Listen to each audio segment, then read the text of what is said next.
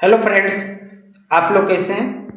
आप लोग बहुत अच्छे होंगे। मैं आज आप लोग को फिजिक्स का एक टॉपिक लेकर आया हूँ। उस टॉपिक का नाम है फोर्स, मास एंड एक्सेलरेशंस। आज आप लोग को इसका यूनिट और डायमेंशंस के बारे में आज डिस्कस करूँगा और आप लोग को इस टॉपिक के बारे में थोड़ा सा जानकारी आप लोग को मिल जाएगा। जैसा कि आप लोग को यहाँ पर मैं थोड़ा सा बोर्ड पर कुछ यहाँ पर रिटेन किया हूँ और जैसे कि आप लोग देख सकते हो। जैसे कि आप लोग को पहले यहाँ पर मैं समझा रहा हूँ। जैसे कि यहाँ पर फोर्स है, यहाँ मास है और यहाँ एक्सेलरेशंस है। मैं आप लोग को एक एक पॉइंट को ठीक से डिस्कस करूँगा। जैसे कि यहाँ पर आपको पहला पॉइंट लेता हूँ, फोर्स। क्या है? फोर्स। आप यहाँ पर देखो फोर्स, ठीक है। अब फोर्स क्या होता है? According to Newton second law of motions के अनुसार फोर्स इक्वल टू होता है mass into acceleration. Mass into accelerations. इसका फॉर्मूला क्या होगा? यानी F equal to m into A, that is force equal to mass into acceleration. ठीक है, याद रहेगा आपको। कोई पूछेगा कि फोर्स का फॉर्मूला क्या होता है तो F equal to m into A भी कर सकते हो। ठीक है, अब समझो यहाँ पर हमको थोड़ा सा एक पॉइंट के बारे में डिस्कस करना है। जैसे कि फोर्स इक्वल टू क्या होगा? मास का यूनिट केजी होता है और एक्सेलरेशन का यूनिट क्या होता है? मीटर पर सेकेंड स्क्वायर होता है। तो यहाँ पर कोई पूछेगा आपसे कि 1 न्यूटन इक्वल टू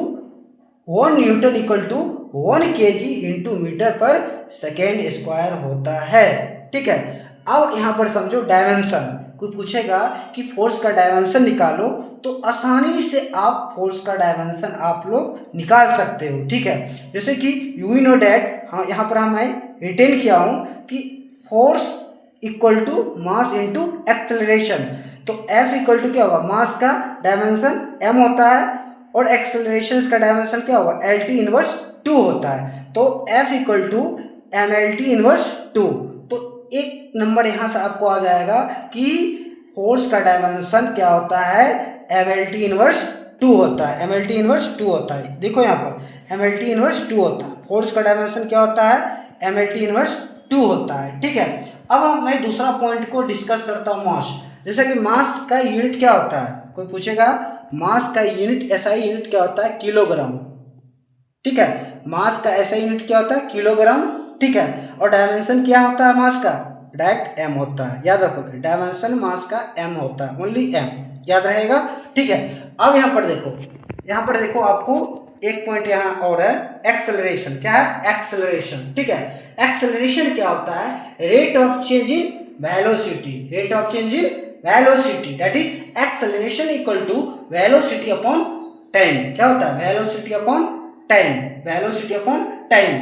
इसका डायमेंशन पूछेगा, डायमेंशन ऑफ वेलोसिटी, तो LT इनवर्स 1 होता है। याद रखोगे, LT इनवर्स 1।